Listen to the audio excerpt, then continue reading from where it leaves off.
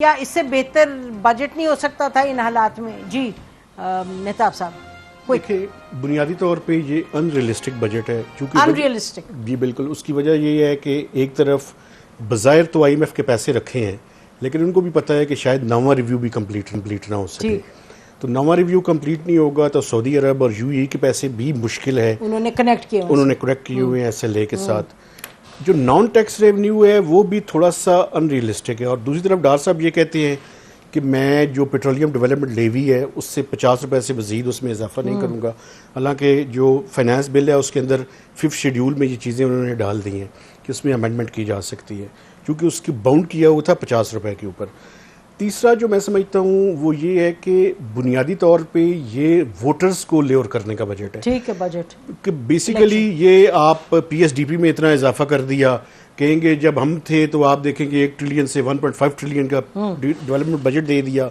Parliamentarians के लिए पैसे रखे हैं SDGs अचीवमेंट प्रोग्राम में, और आप देखिएगा कि पहले महीने में उसकी लमसम अमाउंट कैबिनेट डिवीजन को रिलीज हो जाएगी और मैक्सिमम उसमें से पैसे निकालने की कोशिश की जाएगी। प्राइम मिनिस्टर के लिए 80 अरब रुपए के इनिशिएटिव्स जो है उन्होंने रखे हैं। तो बेसिकली ये बजट वोटर्स को जो है वो ल्योर करने के लिए बजट है, वोटर्स को ल्योर करने के लिए। जी बताइएगा Farooq, best budget in the circumstances, ये लोग उठा रहे हैं सवाल। देखिए, बजट सबसे अच्छी खबर ये है कि इसमें आम आदमी के हवाले से कोई बुरी खबर नहीं है। ठीक, ये मैं समझता हूं कि सबसे अच्छी खबर है। अगर आप आदाद शुमार में आ जाएंगे तो फिर एक जुमला जो वजीर खजाना साहब ने खुद से कहा अपनी स्पीच में, वो ये था कि विफाक के पास सूबों को बांटने के बाद 6,887 अरब रुपया बचता है। ये वजीर खजाना साहब ने फरमाया।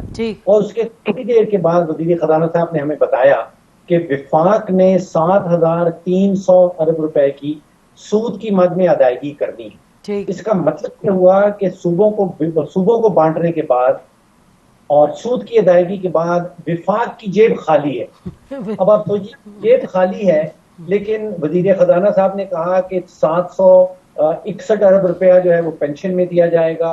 PSDP जो तरक्याती बजट है वो 1150 का है। जेब खाली है, याद रखिए, जेब खाली है। तरक्याती बजट 1150 अरब का है, पेंशन 761 अरब की है, बेनजीर इनकम सपोर्ट फंड 450 अरब का है, सब्सिडीज जो हैं वो कोई 1100 अरब की हैं, ग्रांट्स जो हैं वो कोई 1400 अरब की हैं। जेब खाली है। तो फिर पैसा क्या पैसा बनाया जाएगा? यानी कि there be inflation then obviously. जी देखिए, बजट का खसारा हुकूमत कह रही है कि कोई 6,900 अरब का होगा। मेरा यह है कि कहीं 7,500 अरब पे जाएगा। तो मामला बजटरी खसारे का है, और फिर बजटरी खसारा नसीम कोई लगभग 100 माशी बीमारियों को जन्म देता है। गुर्बत इसके नतीजे में आती है, महंगाई इसके नतीजे में आती है, आपके शरई सूद आसमान से बातें करने लगता है, जो प्राइवेट कंपनीज हैं उनका मुनाफा खत्म हो जाता है, रोजगार खत्म हो जाती है, बेकारी बढ़ जाती है। तो आपने जो बात कही कि खुशी ये इसमें कि आम लोगों के लिए कोई मसला नहीं है, लेकिन आपने तो बयान कर दिया कि मसले ही मसले होंगे। जी मुजम्मिल। डॉक्टर साहब ने बात कि आम आदमी के लिए कोई बुरी खबर नहीं है, और इख्तिताम जो है, जी मेरी आवाज आ रही है आप लोग को? बहुत क्लियरली आ रही जी। हाँ, और इख्तिताम उन्होंने जो है तमाम बुरी खबरों से किया। मेरा अपना ख्याल ये कि इसमें आम आदमी के लिए बुरी खबरों के अलावा और कुछ नहीं है। सबसे पहले तो ये बजट फोटोशूट बजट था, क्योंकि 30 जुलाई को, जब 30 जून को ये हुकूमत 1 जुलाई को जब ये बजट शुरू होगा तो ये 12 अगस्त को हुकूमत चली जाएगी। तो 42 डेज ये गवर्नमेंट जो है मतलब बजट पास कराने के बाद बैठी होगी, और इन्होंने 12 महीने का बजट दिया है।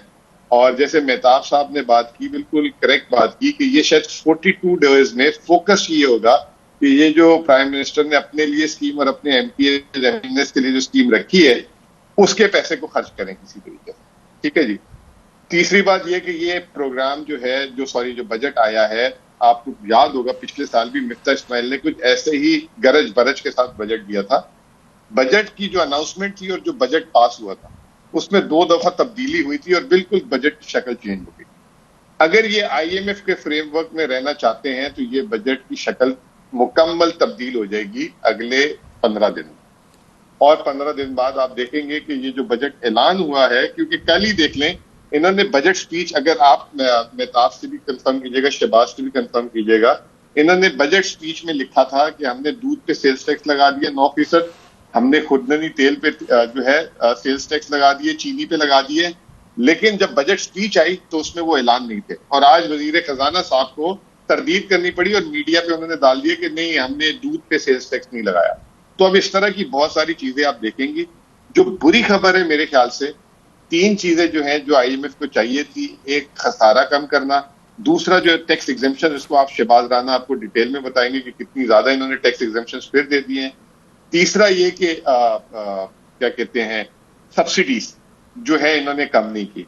तो ये तीनों चीजें IMF के फ्रेमवर्क से आउट है। हमने आज एक कैलकुलेशन की है, हमारे हिसाब से जो इन्होंने खसारा बोला है इससे कम से कम 1850 अरब रुपए खसारा ज्यादा आएगा। वो किस शक्ल में आएगा? टैक्स कम होगा, टैक्स जिन्होंने इन्होंने 9200 अनाउंस किया उससे कम होगा। जैसे मेहताब ने बता दिया, नॉन टैक्स रेवेन्यू बहुत ज्यादा इन्होंने बता दिया, वो कम होगा कलेक्ट। प्रोविंशियल सरप्लस जो इन्होंने 35% जो तनख्वाहें ऐलान की, आज भी सिंध गवर्नमेंट ने बजट ऐलान कर दिया है, ये सारा का सारा सरप्लस जो इनको इजाफी पैसे मिलेंगे वहां चले जाएगा, वो बचत नहीं होगी। इस तरह करके जो सूद के इन्होंने 7300 अरब रुपए का बोला, ये कम से कम 8000 अरब रुपए खर्च होगा। तो 1800 अरब रुपए जो है डॉक्टर साहब 700-800 अरब कह रहे हैं, हमारी कैलकुलेशन कह रही है कि 1800 अरब रुपए बजट खसारा उससे ज्यादा होगा। लगभग ये जो है 9000 अरब के करीब करीब होगा, जो पाकिस्तान में एक महंगाई का तूफान, और हो सकता है कि चंद महीने के बाद ये जो ऐलानात कर दिए तनख्वाहें वनख्वाहें, अगर टैक्स सही तरह कलेक्ट ना हुआ तो हुकूमत शायद वक्त पे तनख्वाहें भी ना दे। तो ये फोटोग्राफ बजट है।